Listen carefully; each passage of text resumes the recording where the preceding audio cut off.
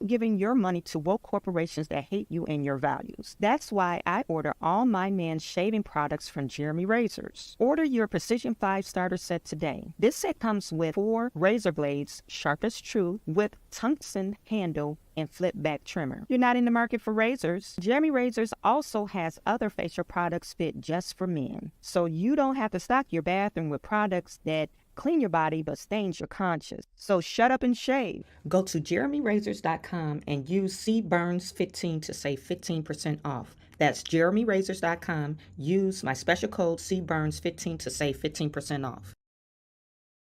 The servers are. Welcome back everyone to my channel. Another episode of Business Talks. I am your host, Chawanne Burns. In this video, we are going to discuss Trump indictment.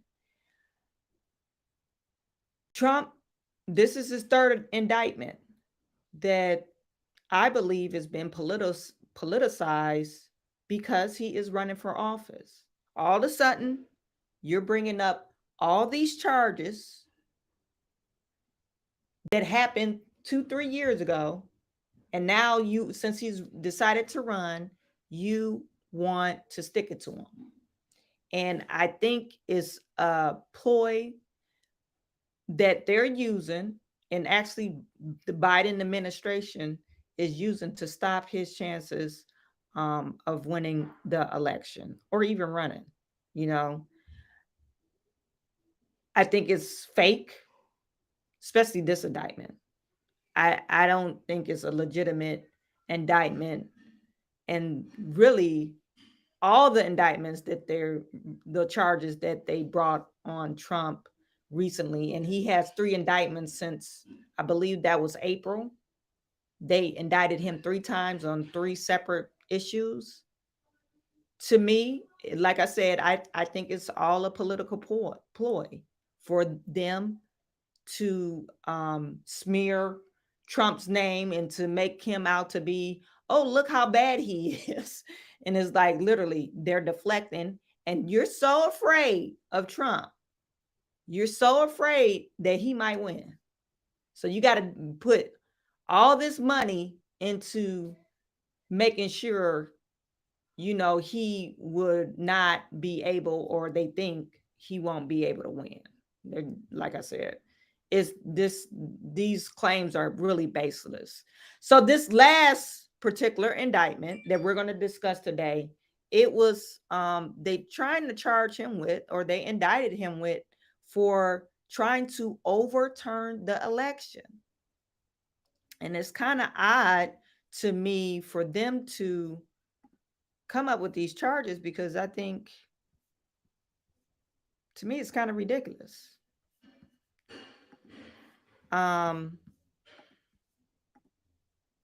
And I got some old videos of January 6th. So I'm assuming that they're using January 6th as one of the, I guess, their, you know, things that they're using for him to get indicted because of the January 6th, the Capitol. They call it the Capitol riots, but after you look at this footage, I mean, some crowds was unruly, but when you look into it, it's like, okay, was that a riot? There wasn't no BLM riot or Antifa riot. No, those are riots. These, I think they just, was protesting. But this is what they're trying to say. This is what they're trying to say on Trump. Trump indicted for the efforts to overturn the 2020 election and block transfer of power. How are they trying to use this? I guess some of the evidence that they're using, like I said, January 6th, and I guess they got something else that they're using, maybe. They're using maybe the tapes or the video when he got on screen and saying, hey, this election was a fraud or whatever. Maybe they're using that, but that's his own personal opinion, so I don't understand. So we're gonna look at a couple of videos.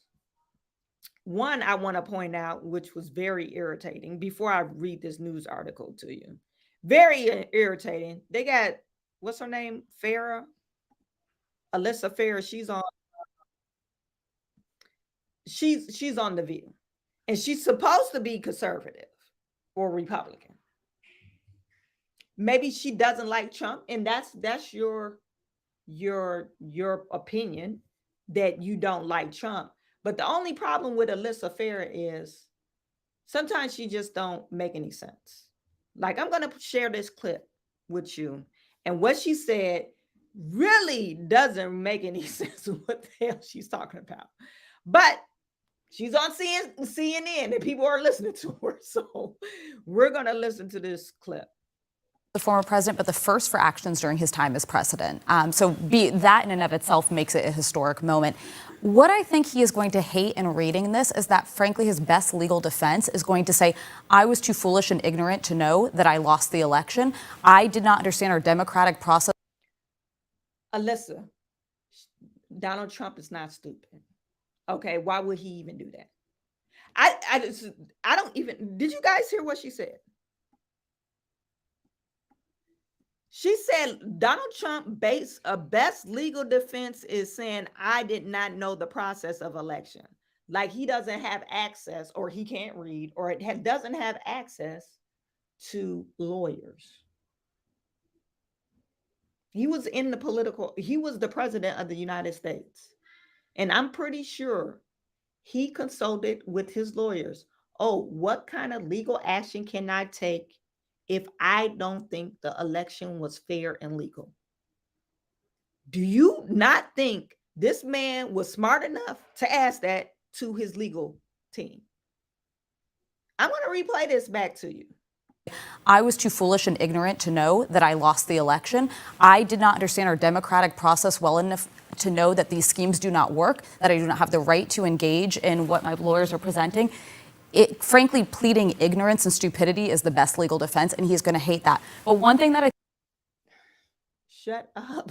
He's not going to do that. He's not stupid. Maybe she's saying this because she thinks he's stupid, but come on. like, oh, I think his best legal defense. Okay, now you're trying to downplay his intelligence and his legal team intelligence. You think he got a bunch of stupid people around him. Like, really? Come on, people. Type in the chat if you think this is just really insane for her to get on CNN and says he thinks his best legal defense to claim ignorance of the law. And he's the president of the United States and he has a legal team. Really? I think is kind of remarkable about this moment, the third indictment, he's got muscle memory now. I'm just looking at the first statements coming out. His allies are lining up around him. Sitting members of Congress, senators are defending him. They are coordinated. They have decided what the line is. This is about Hunter Biden. It's the weaponization of the DOJ. He was ready for this. That's a scary moment for our country. Shut up, okay? Okay, so you said that last statement, which made more sense than the first statement. The first statement, you shouldn't even say it. Like, you didn't even make no sense. She did not make any sense. I mean, type in the chat if you think what she said made any sense. But now you saying, oh, now he has muscle memory. He's used to it. Trump, he's been in business for years, woman. He know he's supposed to use his legal team. He's not a stupid man. Like, why is she trying to act like this is his first time to the rodeo? It's not. And like I said, these are ludicrous charges. I mean, you're indicting him because he challenged the election. That's basically what they're saying. They're saying, oh, since you're a Republican, you're not allowed to listen here. You're not allowed. You're a Republican and you're white. And maybe you might be a black person, but you're a Republican and you are a Trump supporter. You're not allowed to challenge, number one, the legal system, and number two, the voting process and system. But if it's a riot, if the cop is a cop kills a person, a black man, you are allowed to burn the city down. That's what they're saying. Like, you have all the rights to burn the city down because, hey, this is free protest, free freedom of speech. But if you're challenging the election that they don't like, you're not allowed to do that. And that's where we get back to censorship. So I'm not allowed to protest against the government because you don't like this political person. And they bring up charges for all the people that was caught in the riot or whatever. Maybe they got violent or unruly. Those guys, they punished them severely. But you didn't see nobody getting arrested for Antifa riots or BLM riots. This is what they're telling the American people. That you're not allowed to challenge. If they don't agree with you, you are not allowed to challenge them. And that's what they're saying. And it's causing more divide in our country. Let's see if they make any more sense. No, Maggie, you and I have covered Trump for several years, you much longer than I have, but he often tries to kind of project a sense of bravado when something like this is coming. He announced before the indictment had actually come down that he believed it was coming. But what is your sense of what he really feels about this indictment and the charges and the people that the special counsel has spoken to in this? It's a great question, Caitlin, and you are correct. He loves to project bravado. He also loves to be in control and have every moment that happens in his life exist on his terms. And so that's why he has tried to narrate his own indictments over the three that have happened so far, 3.5 if you count last week. But privately behind the scenes, he's very angry. He is much more rattled than he is projecting being. Again, as you say, everything with him is about appearances, and he wants to give off the appearance that everything is fine. He is very upset. Folks around him are very upset. On the one hand, they were... Look, you're trying to act like Trump is not a person. Of course he's upset. He's probably even more upset, like every time you turn around, y'all bring in some bullshit ass charges on him. Of course he's upset. Anybody will be upset. And of course, as a person of leadership and of good leadership and of power, you're going to project, oh, I need to have good spirit so people could believe in me, even though I have this burden to carry. That's what he should be doing as a great leader. That's what great leaders do. I just don't understand. I don't understand. And the more they try to put a face on Trump of, oh, he's this, he did this, the more people like him.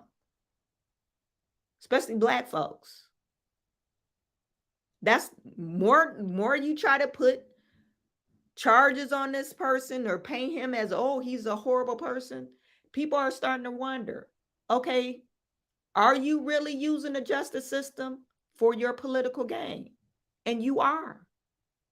That's what they're doing, because they're trying to keep him out of the race, because Joe Biden doesn't stand a chance. Were relieved reading this indictment that there were not more details that they didn't know that were in it. On the other, there was a reference to 6 co-conspirators, and that raises questions about, will anyone else face charges, and will more details be revealed if that happens? Stephanie is a former co-conspirators. They're unnamed, but Giuliani, we know Eastman, Powell, Clark, and Chesbro. I don't know who Chesbro is, but these are all people that was in the Trump administration, on his campaign. Another thing I want to point out, so I just posted a video about the 16 fake electoral college in Michigan. And they claim that, oh, we talked to the Trump campaign and they wanted us to meet in the office They didn't say to meet in the office with their affidavits or anything to sign just in case the election went the other way.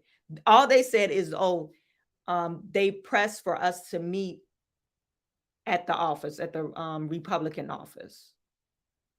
So you're saying that, oh, and it's 7 other states that tried to do this whole scheme of certifying the wrong or saying that they're an electoral college for the Republican Party, which would have been Trump. They identified 7 other states or 6 other states. Okay, so you're saying, okay, Trump, you're trying to pull Trump in that, or how about, people do some crazy stuff and they did it on their own? How about that? Oh, I was marching. I gave my marching orders came from the higher up. So you're telling me Trump got on the phone and said, oh, you need to go down and certify my election? To me, that sounds wild. That doesn't even sound like he would do something like that. Now Trump, and another thing, reason why I say I don't think he would do something like that, because Trump, he's very competitive. He loves to win.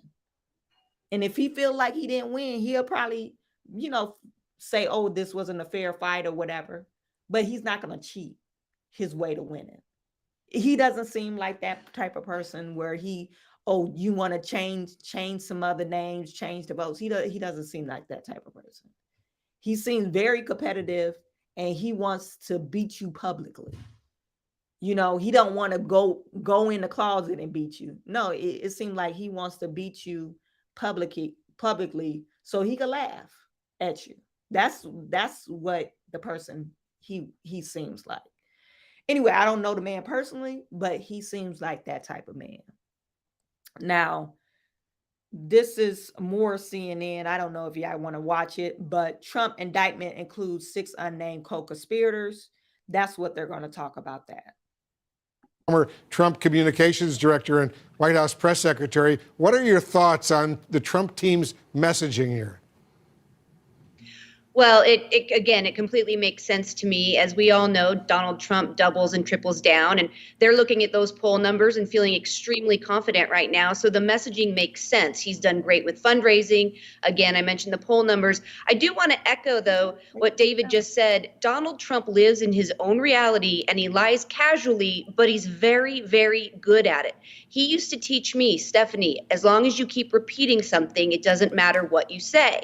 And I will bring us back to 2019 when Hurricane Dorian was coming, and Donald Trump wrote on a map that it was going to hit a part of the country that it wasn't going to really hit, even after being briefed by the National Weather Service. So this is something he's done over and over and over, and I really hope that people will understand that this is just what he does. SE, one Republican vote. Okay, so she talked about, oh, Trump, he just lies and lies and lies. And yeah, I think Trump, he do be lying, but as far as you saying he caused a whole riot, Capitol riots, and try to overturn the election, no, I don't believe that. And to my point, I found on C-SPAN where Trump is telling people to go home, even though he didn't think the election was fair. This is on January the 6th. I don't know if you guys recall this, but this was on C-SPAN, January 6th of 2021. And this is what he told the protesters. So this guy came up to me After this video ends. So yeah, he was telling the protesters, hey, you just need to go home, even though, like I said, I don't think the election was fair. I know your pain. I know you're hurt. I know you're hurt. I know your pain. I know you're hurt. We had an election that was stolen from us. It was a landslide election, and everyone knows it, especially the other side. But you have to go home now. We have to have peace. We have to have law and order. We have to respect our great people in law and order. We don't want anybody hurt. It's a very tough period of time. There's never been a time like this where such a thing happened, where they could take it away from all of us, from me, from you, from our country. This was a fraudulent election, but we can't play into the hands of these people. We have to have peace. So go home. We love you. You're very special. You've seen what happens. You see the way others are treated that are so bad and so evil. I know how you feel. But go home and go home in peace. Okay. So that was the message from Donald Trump. That was the message from Donald Trump when they, the protesters went outside of the Capitol and they got kind of rowdy. Some of them did. But they have videos outside the Capitol, 2 to 3 hour videos. This is what you see on my screen. And I mean, some of it, as proud supporters of our some of the videos, you don't see nothing happen. They're just people just sitting outside with their flag and walking around. I'm pretty sure there was a group of people that got kind of rowdy.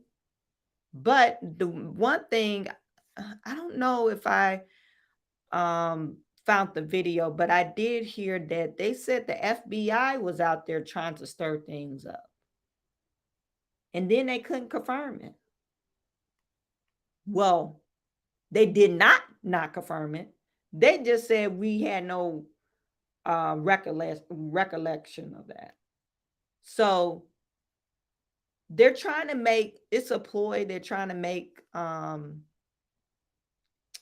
look bad, like he's just a person that doesn't follow the rules or whatever. And he stirred up a bunch of mess and caused a Capitol riot and tried to overturn an election. I don't think he did that. I think it's just something that they're just trying to use so he won't be able to run for 2024. Even out here, you see all these people. All these people on the riots or protesting. This is not even a riot. This is a peaceful protest. You got some people standing up on cars, but they just walking around. You even have a video where they're showing in the Capitol. Whoever had that video up, they didn't show anybody acting crazy.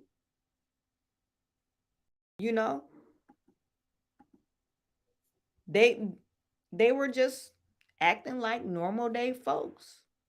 A peaceful protest.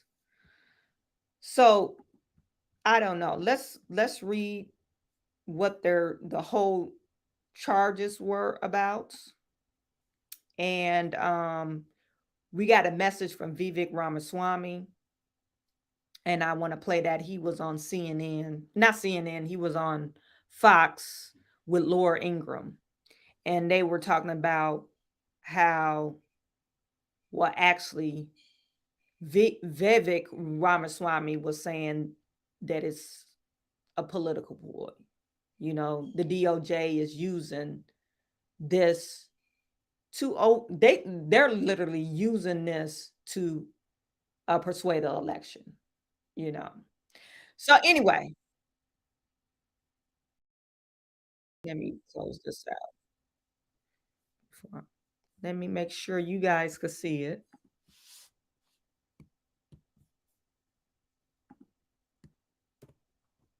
Okay.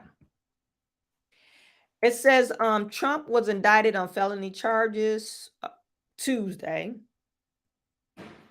to overturning elections on 2020 in a run-up to a violent riot by his supporters at the U.S. Capitol. they're calling this riot violent, but look, the Capitol building is still standing. There were some people that passed away, but one lady, she tried to jump from a place there where she shouldn't have jumped from. Another police officer, or security officer, he did lose his life. But as many as of police that was there and lawmakers that was there were some officials, representatives and senators and all that stuff.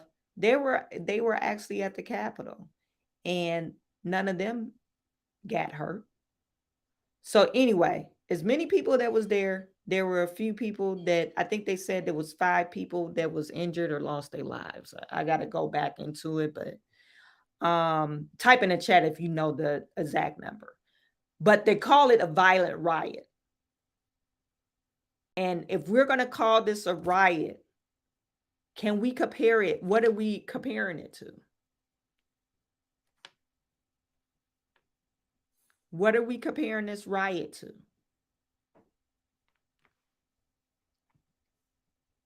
We're not comparing it to Black Lives Matter riot, or even where in Chicago, yesterday we talked about how these teenagers, they go and mess up stores, or they call it a teenage takeover, and that security officer the day before, where it was a teenage takeover at the movie theater, he lost his life. Probably some of the same teenagers. And then they had one teenager they arrested at the teenage takeover. He had a gun with a silencer on it. A teenager. So are we saying that riot, destruction of property, defacing property, destroying property? Are we saying this is the same thing as that? It's because we're calling it a violent riot. I don't see that. The 4-count indictment, the third criminal case, that Trump provided deeper insight into dark moment that has already been the subject of exhaustive, I love that word, exhaustive federal investigation and captivating public hearings. It is exhaustive. It's like, what else are you going to charge the man with? This is just ridiculous. It chronicles a month-long campaign about lies about the election results and says that even when those falsehoods resulted in chaotic insurrection at the Capitol, Trump sought to exploit the violence by pointing to it as a reason to further delay the counting of votes that sealed his defeat. So what? Who cares? Who cares? Even a year of rapid succession legal reckoning for Trump. Tuesday indictments with charges included conspiring to defraud the United States government that he once led was stunning in its allegation that a former president assaulted the bedrock function of democracy. It's the first time the defeated president, who is the early front runner for the next year's Republican presidential nomination, is facing legal consequences for his frantic but untimely failed effort to cling to power.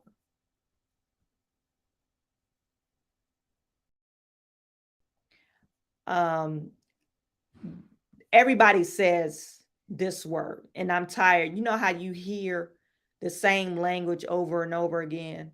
I'm just really tired of this language. The attack on our nation's capital on January 6, 2021 was an unprecedented assault on the seat of American democracy. How many times have you guys heard that?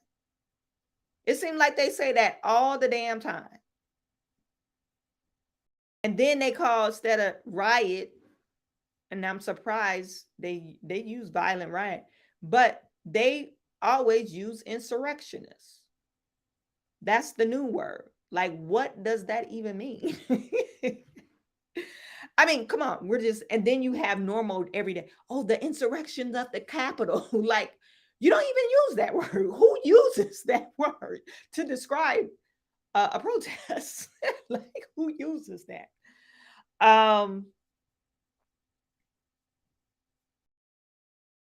The Trump campaign called the charges fake and asked why it took 2.5 years to bring them.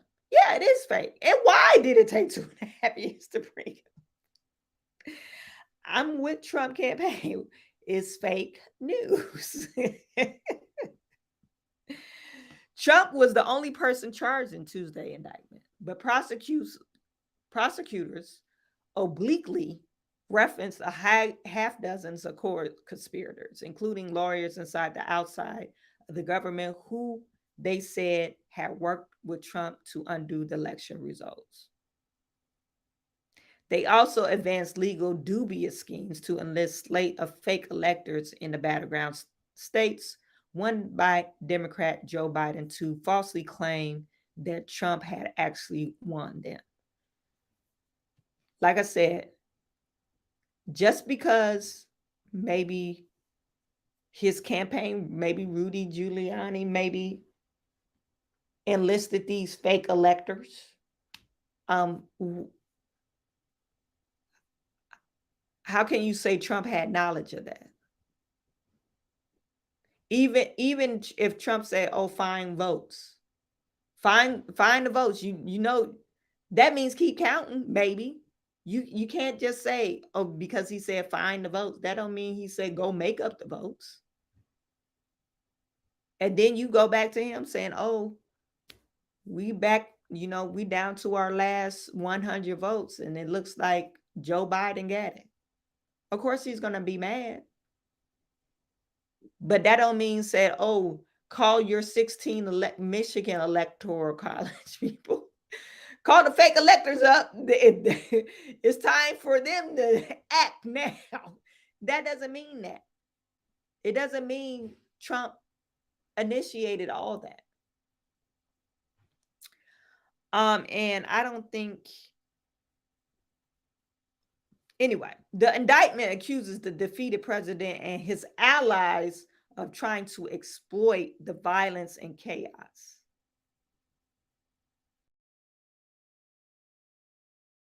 By calling lawmakers into the evening of January 6th to delay the certification of Biden's victory.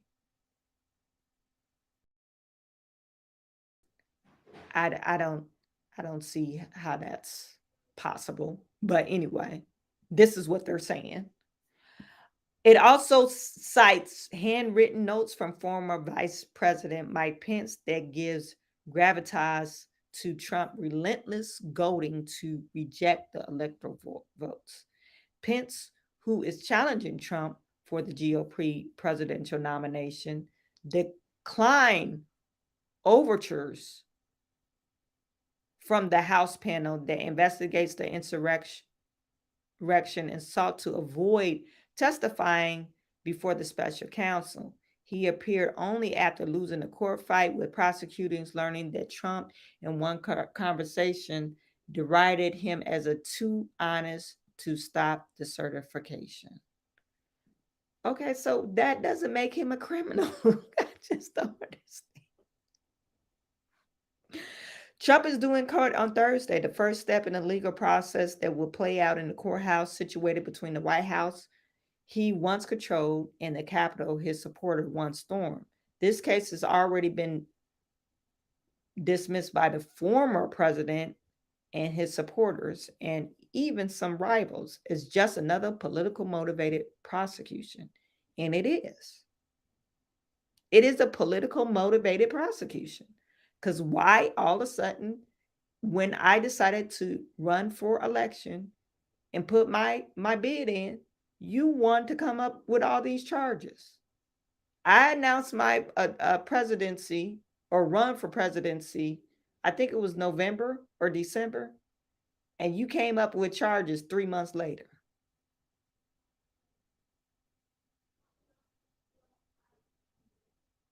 That doesn't make any sense.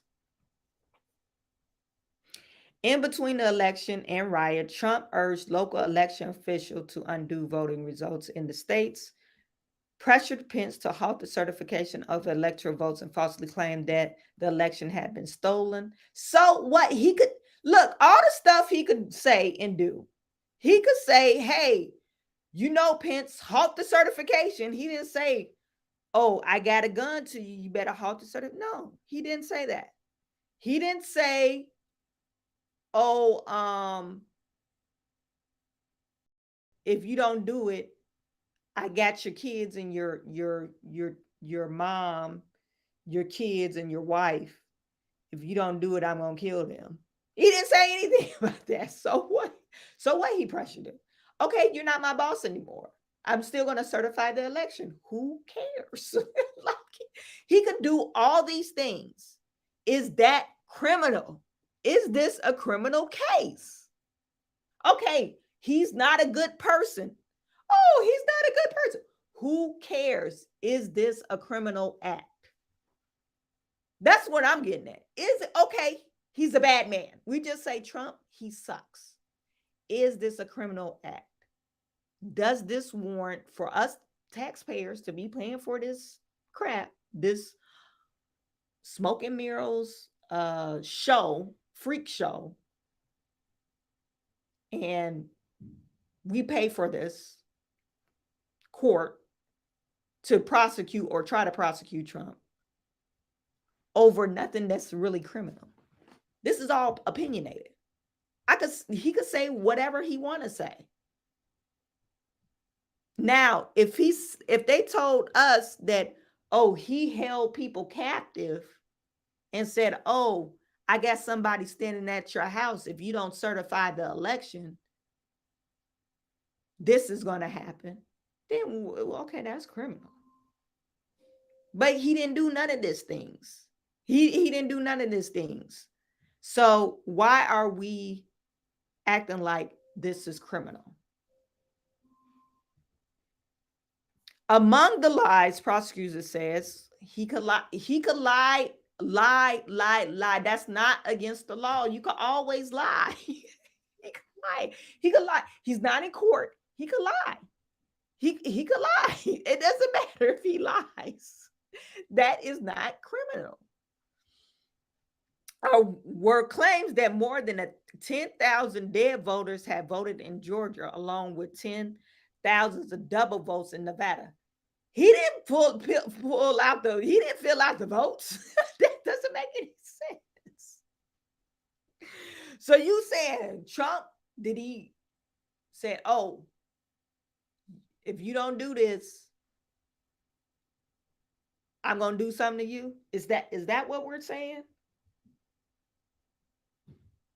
I was instructed by Trump to fill out these votes for these dead people. Okay, and you do that, and all Trump had to say, I didn't do that. I didn't instruct her to do none of that stuff. And even if he did, this is a grown person we're talking about that's filling out dead people applicants. Oh, I found a bunch of dead voters. Hello, you have to have a moral compass. You're acting like people don't have brains.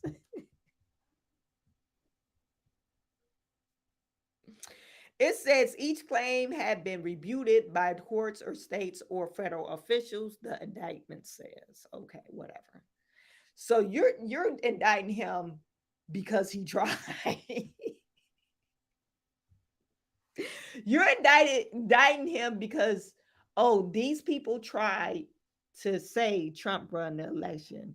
And so you're indicting him because of that. Because he has strong supporters. That's what you're indicting him for. Okay.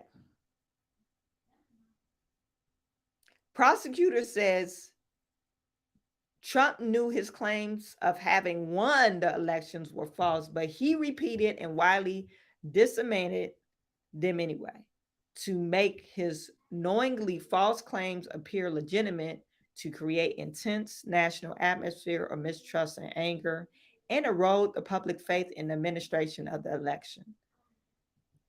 Trump didn't erode the public faith in the administration of the election. It's been eroded.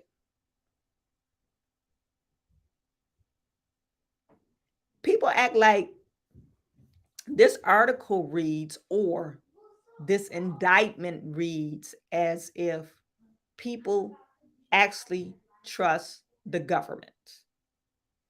You have liberals saying, oh, we must have a free and fair election, and they're anti-American.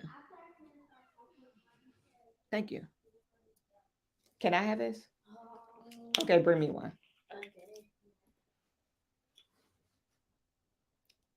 Close my door. You literally have liberals in the United States of America, citizens, saying, oh, we need a free, fair election, blah, blah, blah, whatever they're saying here. Oh, we need to trust the government. Oh, take the COVID vaccine.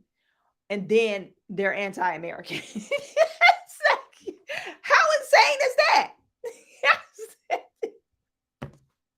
I just don't know. I don't understand. How insane is that? Like, how insane can you be to say, oh, trust the government, but then I'm anti-American? That doesn't even make any sense. Thank you.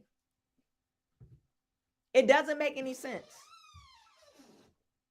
So Trump did not erode the American justice system or the trust in the American justice system, public faith. No, it's been eroded. It's been eroded, especially since COVID-19. This happened after COVID. It's been eroded. You can't even tell us when you're lying about COVID vaccine or COVID, where it came from. Trump kept on saying it came from China in the lab, Wuhan lab, and everybody else was like, oh, don't say that. No, it was made up. Y'all fabricated this virus. Like, come on. You're lying to the American people. And you're saying Trump caused mistrust and anger to erode public faith in administration of the election. No, we didn't trust y'all. When you say, oh, we're gonna mail in ballots, you can't come in, and then I keep on getting ballots. Like literally, I got 5 things saying, oh, you can mail your ballots in. So you're saying I should trust the election after I got 5 different ballots,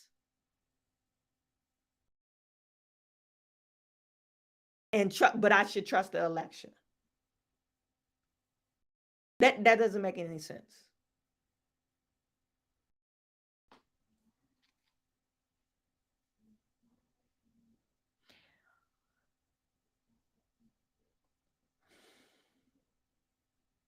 It says the indictment includes charges of conspiring to defraud the U.S., conspiring to obstruct an official proceeding, obstructing an official proceeding, and violating a post-Civil War Reconstruction era civil rights statute that makes it a crime to conspire to violate the rights that are guaranteed by the Constitution. In this case, the right to vote. Okay. How did he do that?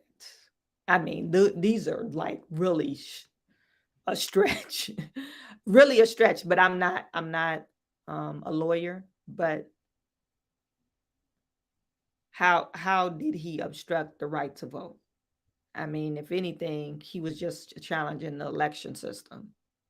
I mean, and if you say, I can't say lies, if you're telling me lies are criminal, like just me just telling you a lie. I grew up in, a third world country, and I speak 7 different languages. I can't just lie to you like that. Okay, I'll get it. If I can't just lie to you like that and that's criminal, then everybody will be in jail. I mean, some people just lie all the time for no reason. But is it criminal? It's only criminal if you swore oath. If you're under oath, that's when it's criminal.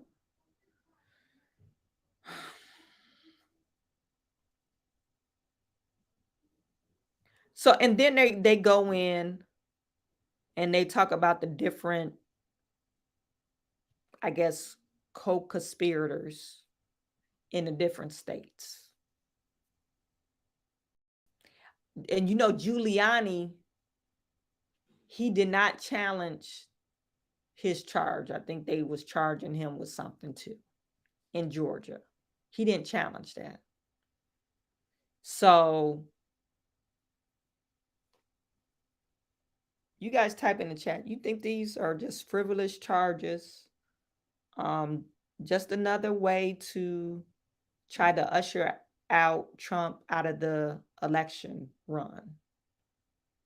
I think it's just frivolous. I think it doesn't make any sense. That first charge was definitely frivolous. It doesn't even make any sense. With Stormy Daniels, they trying to talk about campaign finance charges. That really didn't make any sense. I don't know how they tied the two. And then I forgot what the second indictment was, but now, the second indictment was with the files, espionage, really espionage, because he worked in, like, he was the White House, the president, and he had some files on him. And then you had Joe Biden. He had files on him too. So, I mean, to me, it's double standard. If you're going to follow the rules of the law, just follow the rules of the law. And then you can't make stuff up. Just because you don't like a person, you can't make stuff up to charge them. That's what I'm saying. You cannot make stuff up. And right now, they're just making stuff up. Okay. Frank said, please don't get me started on Michigan. I live here. They're out of control here too. Michigan, yeah, I'm here, Frank, too. And they're out of control. I don't know, Frank. Did you get during the election? Did you get like 9, 10 ballots? Because I kept on getting ballots, and you expect me? Okay, what if you sent my ballot to the wrong address, and you expect me to be like, okay, I'm just gonna show it with my ballot, turn it in, and that's gonna be my one vote? But you kept on sending me ballots. That's what I didn't understand. So I just don't understand, why do they think Trump erode the American public faith in the justice system or the election system or the government? No, the government eroded that a long time ago. This next video I want to show you with Vivek Ramaswamy. He was on CNN. I mean, not CNN, but Fox. And it's about 6 minutes. So I'm going to share this with you. And Vivek, I keep on calling him Vivek, but Vivek, listen to this. Vivek, he makes more sense. I mean, the guy is really sharp. You could tell he reads, and he has a lot of common sense. So, and I wish people that are on TV are more like Vivek, because you're able to understand him without being like, oh, what was he talking about? It's like he's easy to understand, even though you could tell he's highly intelligent, and he's not with all that BS. So this is Vivek talking about Trump's indictment and a FOIA request on the trans shooter of her dossier, but they don't want, or I guess her manifesto, they don't want to reveal that. He's been trying to get that manifesto for years, and now he's suing the DOJ just to get that information.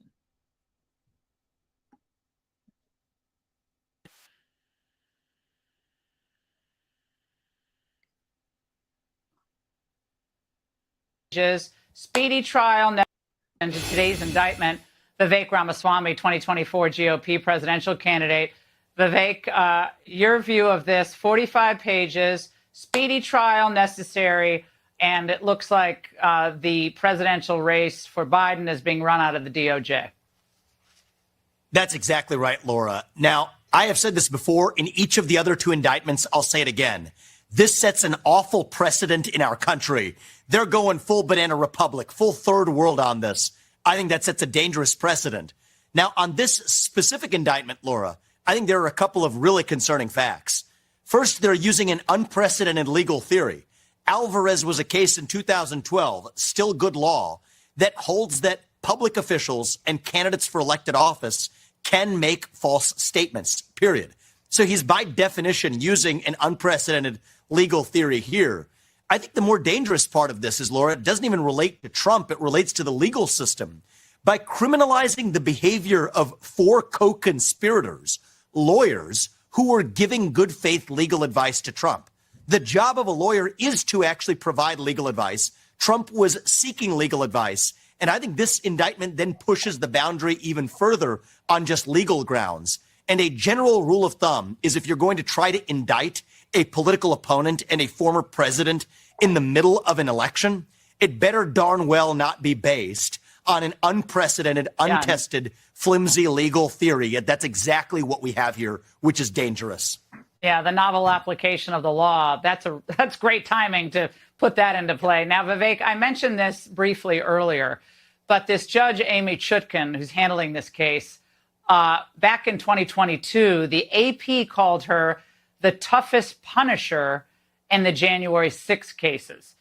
She's a former assistant public defender nominated by Obama, and she's consistently taken the hardest line against the defendants of January 6 of any judge serving on Washington's federal trial court. She worked for Boies Schiller, which, of course, is Hunter Biden's firm of choice, where he was getting a lot of his money from these foreign entities run through.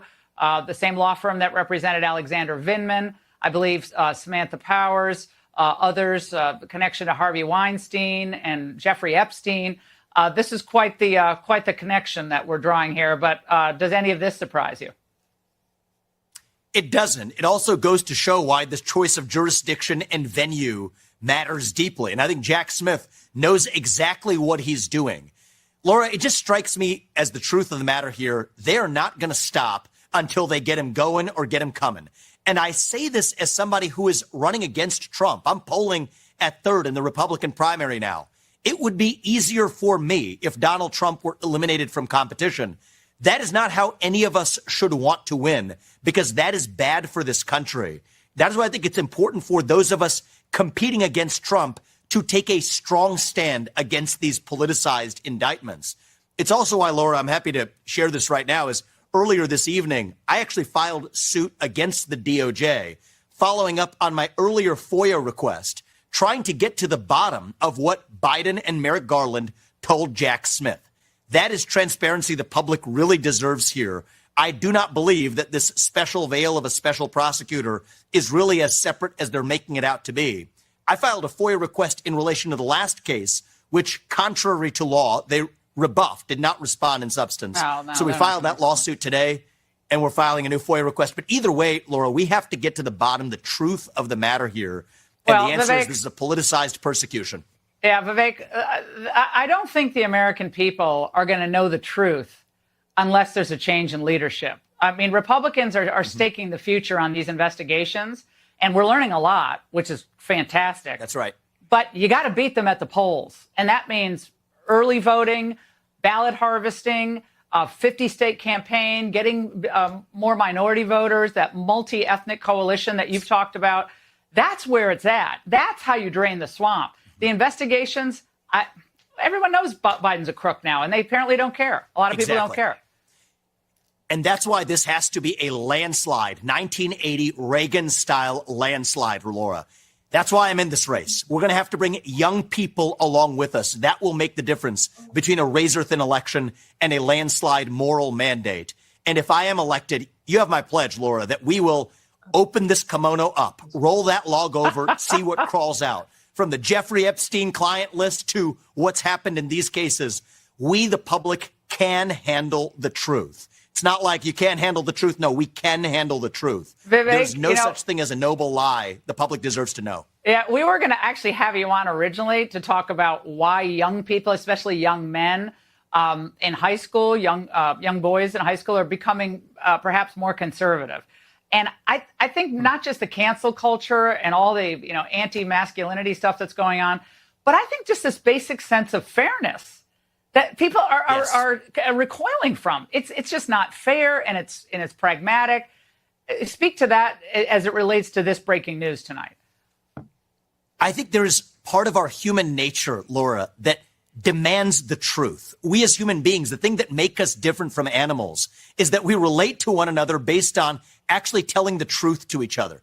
We now live in a moment where the government repeatedly hides from us the truth about, be it the origin of COVID-19, be it the Hunter Biden laptop story, and the truth of that matter, the truth about what happened on January 6th, and now the truth about what's really behind these politicized indictments. I think we, the people, are at a place where we just want the government to tell us the truth. Tomorrow, Laura, I'm actually going to Nashville, speaking of young people, this is pre-scheduled, to call on them to release that manifesto of the transgender shooter. For that. Yeah, we've been asking They're for that. hiding it. But all of these things are deeply related, Laura, to a government that does not trust its people with the truth. That's what we're going to change. And if I'm running and in charge, that's exactly what we're going to deliver. Yep, sunshine as always, the best disinfectant. Thank you, Vivek. Great to see you tonight. Back to our legal team. So yeah, Vivek, he makes a lot of sense, and it's kind of rare. Question: would you build a website for a major brand? It's very rare that you get somebody that makes a lot of sense. It's very rare. And I believe I heard Vivek talking to, I think it was a CNN reporter, saying he will actually, let me see if I can find that. He will actually pardon Trump. If he were to win, he will actually pardon Trump.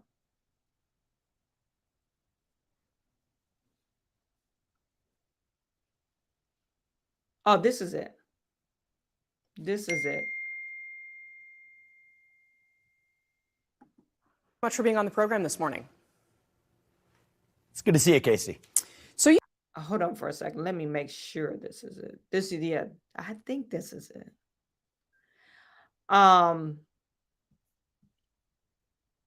But yeah, he will actually pardon Trump.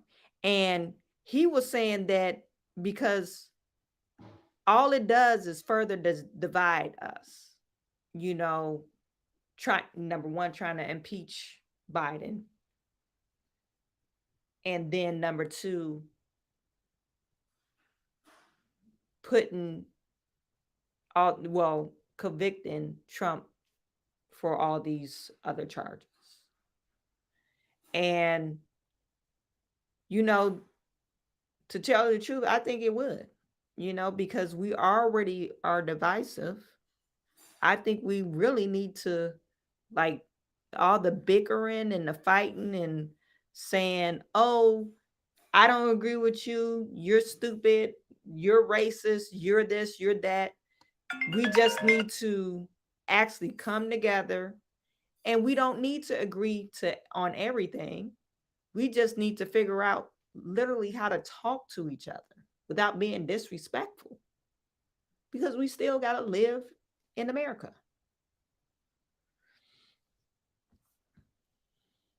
So let me see if I could play this for you. Trump, and he is at third place in a new national poll. He received a warm welcome in Iowa this weekend. Joining me now is GOP presidential candidate, the entrepreneur Vivek Ramaswamy. Sir, thanks very much for being on the program this morning. It's good to see you, Casey. So you had one of the most enthusiastic welcomes at this major event over the weekend in Iowa. But in this national poll, Donald Trump, the former president, still has 54% of Republicans supporting him. And you're in third place, yes, but you only have 5%. Trump is on the attack of many of the others in the field, but almost no one seems to be attacking him. How are you going to beat him? How are you going to catch up? Well, I started at 0.0% in March. I'm now at an unambiguous third in this race, and we're just getting warmed up ahead of the first debate stage. The thing about me is I'm not attacking any of my fellow candidates. I am not running against them. I am running for this country. And that's what I see on the ground in Iowa and elsewhere. People are hungry for an actual affirmative vision. Not what are we running from? What are we running to? I'm leading us to our American dream, to our national identity. So far, and I think we need to move forward rather than retroactively looking at grievance. Well, sure. I mean, I take your point. But you've also said in a recent interview, this caught my eye, that, quote, I'm quoting you here, the reality is about 30% of this country suffers from psychiatric illness when Trump is in the White House. People start to disagree with policies they otherwise would have agreed with just because he's the one advancing them. This seems to suggest that, first of all, you see some issues with Donald Trump, but it also suggests that you believe that Donald Trump would lose the general election. Is that what you think?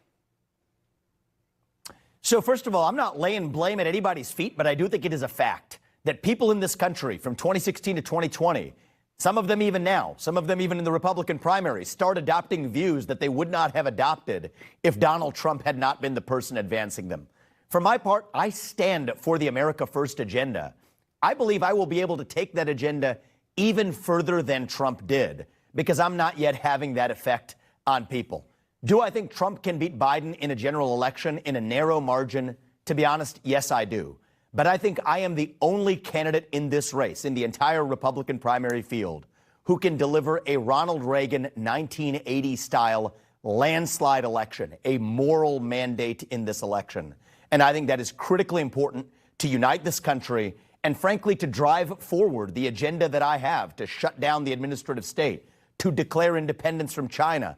These are big steps that I want to take as the next president, and that's going to take a moral mandate to do it. If you are running and many argue you are running to the right of Donald Trump, or at least trying to say you're Trump 2.0, you're perhaps Trumpier than Trump, how is it that the number of people that would suffer from a psychiatric illness isn't more than 30% for you? I mean, how on earth do you argue that you are the candidate that can get more voters than Donald Trump when you are essentially saying to people, I'm going to be more than he was? Because that presumes that policy disagreements are actually what drove it. I think it was a separate psychosis that relates to, frankly, the media's relationship with that individual. I've traveled to places like the south side of Chicago, Kensington, in the middle of Philadelphia on this campaign, places where traditional Republicans don't go. I find widespread support for policies like my plan to use the U.S. military to seal the southern border. Frankly, to grow the economy, something that we haven't done in a very long time. No longer paying single women more not to have a man in the house than to have a dual-parent household. We actually find unity that goes beyond party lines. And I don't think the real division is between Democrats and Republicans. I think it is between those who are pro-American and those who are anti-American. That's 80-20. That's a landslide election, and that's what I intend to deliver. So let me ask you a little bit more about the others in the field besides the elephant in the room, so to speak, Donald Trump. Florida Governor Ron DeSantis is defending some new state educational standards that include the idea, and I'm quoting here, slaves developed skills which in some instances could be applied for their personal benefit. But Senator Tim Scott points out, quote, there's no silver lining in slavery. I want you to watch what he says, then we'll talk about it. Slavery was really about separating families, about mutilating humans, and even raping their wives. It was just devastating. So I would hope that every person in our country, and certainly running for president, would appreciate that. Are you with Governor Ron DeSantis or Senator Tim Scott on this issue, sir? The reality is I don't trust the media's filtering of what was in that curriculum, so I'd really want to read it in detail and understand what exactly was being taught. But I will say this, is I don't think that the division should be, are you with the state of Florida, which was Governor DeSantis' response, or the other side. I don't see it that way. I stand on the side of truth. Obviously, we should be teaching kids about the awful legacy of slavery, but even more importantly, we're not teaching them enough about the ideals that actually do define this country. Personally, I think the deeper problem in our schools today is many of them teaching young black kids students and minorities, that they're oppressed based on the color of their skin or their genetic attributes. That's the real psychological slavery in the present, and that's what I have the biggest problem with. But I do think that some of these issues and these spats can be distractions from what should Governor DeSantis or Tim Scott or myself or others actually be debating. How do we grow an economy? How do we actually lift all people up, revive self-confidence and pride in the next generation of Americans? That's what I think we need to be focused on. All right, I'm going to move on here. I do think it is worth underscoring that these criticisms have not come, that we're quoting here, have not come from the media. They have come from African Americans in the Republican Party, Senator Tim Scott, Congressman John James. But let's move on now to federal prosecutors added new obstruction of justice charges against former President Donald Trump on Thursday. The indictment, the superseding indictment, says that after Trump learned that the Justice Department wanted to subpoena security footage from Mar-a-Lago, Trump talked with an aide who later told the IT director at Mar-a-Lago that, quote, the boss, end quote, wanted the footage deleted. Now, I know you've said repeatedly that you would pardon Trump in this document's case, but this is significant new information. So given this new information, would you still pardon him if you were president? The standard I use as our next president is what moves our country forward. What is the right thing for the United States of America? Right, and would having a president like this move it forward? The right answer is to move on, and I would pardon him. I intend to be our next president, and yes, I do believe I will move us forward, and yes, I think one of the right ways to do that is to pardon the former president of the United States from what is clearly a politicized prosecution. And I'll share a view with you, Casey. This is not specific to Trump. This is part of my broader view on the justice system in our country. I think that our general norm in our Justice Department is you should not convict somebody of a process crime when there was no actual underlying crime. I think that's a major problem. So you think destroying evidence is a process crime? I think it is, by definition, a process crime. Nobody, left, right, any legal scholar will agree with me on that statement. That is, by definition, a process crime. A crime that would not have existed but for the existence of an investigation. And if we look ourselves in the mirror over the last several years, even look at the acquittals in the Gretchen Whitmer case, the fact that 2 people were acquitted of entrapment, I think it is a bad habit that our FBI and DOJ have gotten into, intervening and creating crimes that would not have existed but for their action. And I think as it relates to moving forward as a country, I absolutely think the right answer for the country is to put the grievances of the past behind us, to pardon President Trump, so that we can move forward as one nation rather than marching to a national divorce. All right. Mr. Vivek Ramaswamy, thank you very much for taking some time to be with us this weekend. I'm sure we're going to hear much more from you. Yeah, and she didn't like that answer. Oh, even though if he destroyed evidence, well, it wouldn't be evidence if you wasn't investigating it. like, why are you making crimes up? And he mentioned Gretchen Whitmer. That's the Michigan governor. Remember those guys, they were saying they was, I guess, trying to kidnap her. I'm not for sure what the whole ordeal was. I didn't really get into it. But I guess they dropped two of the charges, or the guys, they end up letting them go because you're making stuff up. You can't make stuff up as you go. You can't make up rules. Oh, I don't like you, so I'm going to charge you with something. No. You can't make it a rule under investigation, and you don't even actually have a crime. Oh, you destroyed that evidence. Well, it was just trash to me. How I should know that I was being charged for a crime or you're so-called investigating? It doesn't make any sense. And Vivek, he said he's going to pardon President Trump. And I think he should. But let's paint a scenario for you guys. Donald Trump doesn't win. Donald Trump doesn't win. Let's say, for instance, Donald Trump doesn't win. Vivek magically, or Donald Trump doesn't win. He's still on the ongoing trial or investigation. How many? I bet you anything that these charges will be dropped because they're fictitious. They're fictitious charges. They're made up.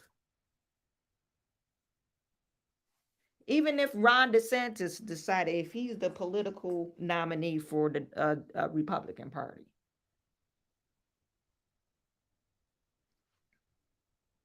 and Donald Trump isn't, the Republican Party decided not to nominate Donald Trump, and they decide to nominate Ron DeSantis.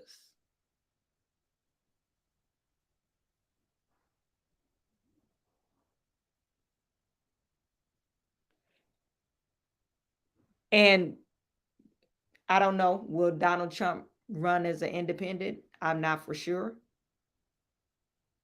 But how much you want to bet? I bet you anything that they would drop the charges. Or dismiss the charges. It won't be no big deal anymore. Because he's not a threat anymore.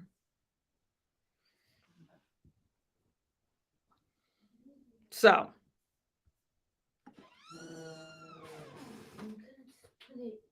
Where should I put this? Not in my room. Put it, that's your stuff. Put it in your room. So there you have it. Vivek, he said he's gonna pardon Donald Trump, which he should. Ron DeSantis, he's not gonna pardon Donald Trump. He's part of the establishment. Ron DeSantis, actually, if Ron DeSantis, he won't win. I don't think Ron DeSantis will win. The more I hear from him, the more people don't like him. Because I think he's really not being truthful and honest, really. I just got my own personal opinion. You know how you got the gut feeling about somebody. I don't really care too much for him. Anyway, that was it about Donald Trump, and Vivek. I want to share this other story with you guys. This is kind of sad, but it's crazy too. This is in Louisiana. Let me see if I could pull it up.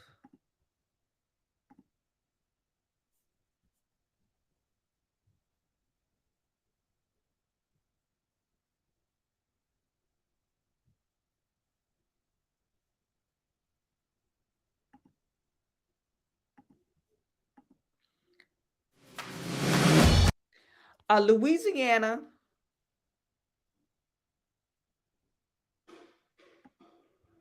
Oh no, this was in Louisville. This must be in Kentucky somewhere. Louisville. They're dumping patients out on the street. That one of the hospitals. And it's crazy. They are dumping patients. So this is a news report a little bit about it. Dumping by local hospitals. Two different $2 million plus patient dumping jury verdicts recently in Kentucky caught our eye. But what really got our attention was where calls to our newsroom led us when we began following up on the complaints. This story begins December 1st at 5 p.m. with a phone call to our newsroom from a horrified University Hospital employee claiming security had just wheeled a woman all the way out to the corner of Hancock and Ali, just off hospital property, dumped the elderly woman out of the wheelchair on the sidewalk, and left. Minutes later, we shot video of her, still in a soiled hospital gown and slippers, breathing hard under a blanket placed over her in 36-degree weather, her stuff in a bag next to her. The employee claimed she sees this a lot. So I started watching, and on December 16th at 7 p.m., 35 degrees outside, I record 3 security guards surrounding an elderly woman with a walker, slowly escorting her out of the emergency room. She can't move fast. It takes several minutes to make it all the way to the same corner of Hancock and Ali. After they have her across the street, off the hospital property, the security guards turn around and go back.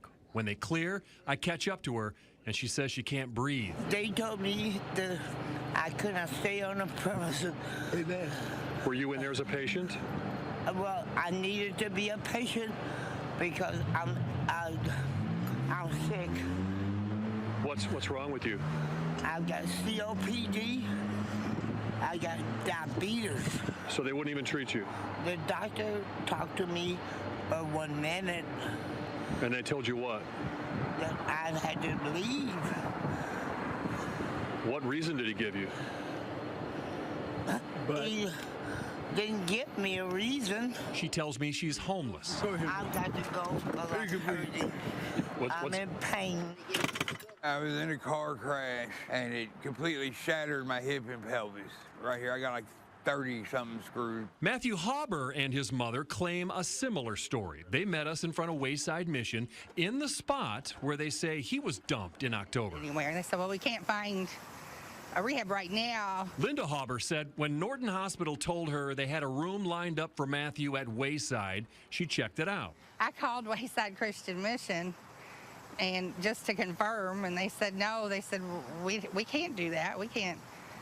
You know, they have beds and they help them find jobs and stuff, but we don't take medically needy people. We don't do that. And then she says she had a conference call with the hospital staff. the social worker said, we're going to take him to a shelter. And I said, which one? And they said, Wayside Christian Mission. And I said, well, I know that's not true because I called them and they don't take him. And then the lady said, the social worker said, well, that's history. Let's think of something else. Hauber says the next day, her son was unloaded from a transport vehicle on the curb in the rain on Jackson Street in front of Wayside. I thought they've dumped my garbage. I have to put out to the curb. That's how they dumped my son, like garbage. Linda Hauber said she was in no shape to care for him at home, and she died after this interview. They put all their stuff on the sidewalk over there, or they dump them off over here on the sidewalk and get back in that vehicle and get out here just as fast as they can. Wayside staffer Perry Lane helped Matthew out of the rain and says he witnesses the same kind of thing dozens of times per year from hospitals as far away as Eastern Kentucky. He says they're often lied to about the medical treatment they'll receive at the shelter. What's the worst physical shape you've seen somebody in who was dumped? This guy here was pretty bad. Paralyzed. People that can't walk, that are totally relied on a wheelchair. Take them out, put them in the wheelchair, throw all their stuff on the and take off. Wayside's Chief Operating Officer Nina Mosley tells me it's not uncommon. She says they're not trained medically, and sometimes they take patients right back to the hospitals. How can you dump people? These are human beings. How can you just dump them and leave them? It doesn't make any sense to me. It's unhuman, man. We detailed these incidents with dates and times to both Norton and University hospitals. Norton Healthcare Senior Vice President Renee Murphy responded in an email that says, in order to safeguard the privacy of patients and in compliance with HIPAA, we are not permitted to discuss specifics regarding a patient's case. There are several details to this case that may not have been communicated to you by the family. As Mr. Hauber has not signed a HIPAA release of information form, we will not be able to share those details with you. University Hospital Public Relations Director David MacArthur replied, they appear to be working on behalf of U of L Hospital. Unfortunately, the images that were provided by WAVE do not reveal enough information to track down additional details or identify whether the individuals on either day sought care from any of our team. What is heartbreaking for U of L Health staff is that we often encounter situations where patients need assistance beyond medical care. As the community's safety net hospital, the challenges are particularly even more acute when providing health care to the unhoused population of Metro Louisville. Community resources are limited, and even when they are available, many individuals that may benefit from those resources still refuse assistance. The Emergency Medical Treatment and Labor Act, known as EMTALA, was... I just had to interrupt. You're mean to tell me that you got like the elderly lady that couldn't even walk. They just dumped her on the side of the road. This lady right here. You're telling me you said she refused medical treatment. And it looked like, I don't know, I think her pants are not even on, and they put something over her head.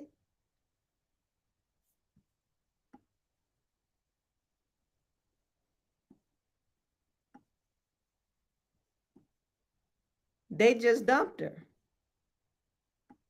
and threw her stuff out.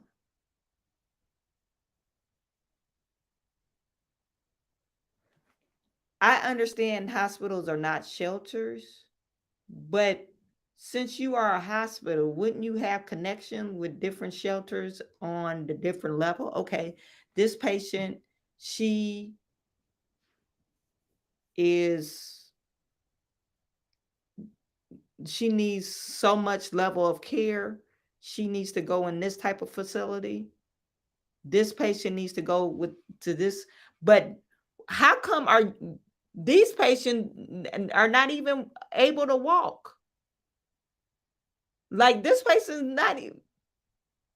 You dump somebody outside in the cold and they just still lay there. So you know that patient's not able to take care of themselves. That is sick. This is in Louisville, Kentucky, too.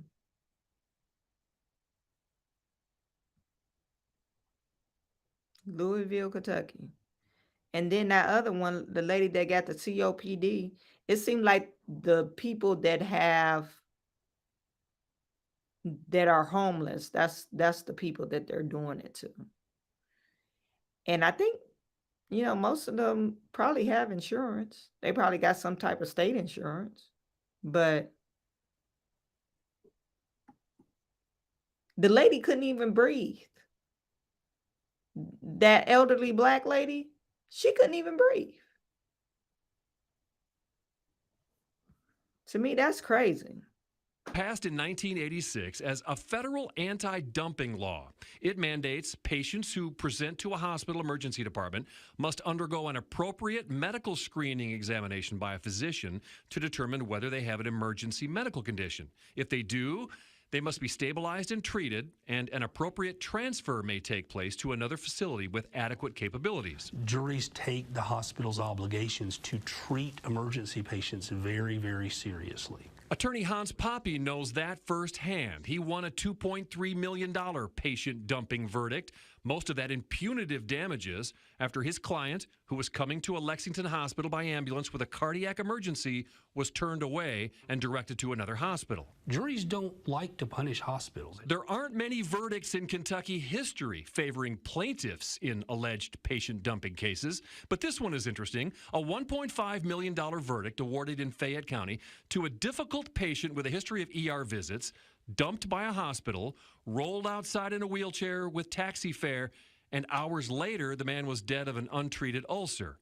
After being reversed on appeal, another jury socked the hospital for $1.45 million. So what that tells us is if a jury hears a case and they believe that there has been an EMTALA violation, where a patient has been dumped or abandoned by the hospital, they really get upset. Dude, like, I'm worthless, man. We're throwaway. We're garbage, you know? Now, I was contacted this week by a police officer who worked off-duty at University Hospital who says she emailed U of L Health CEO Tom Miller on March 1st about this issue and what she was witnessing, and she says she was then informed she would no longer be working there.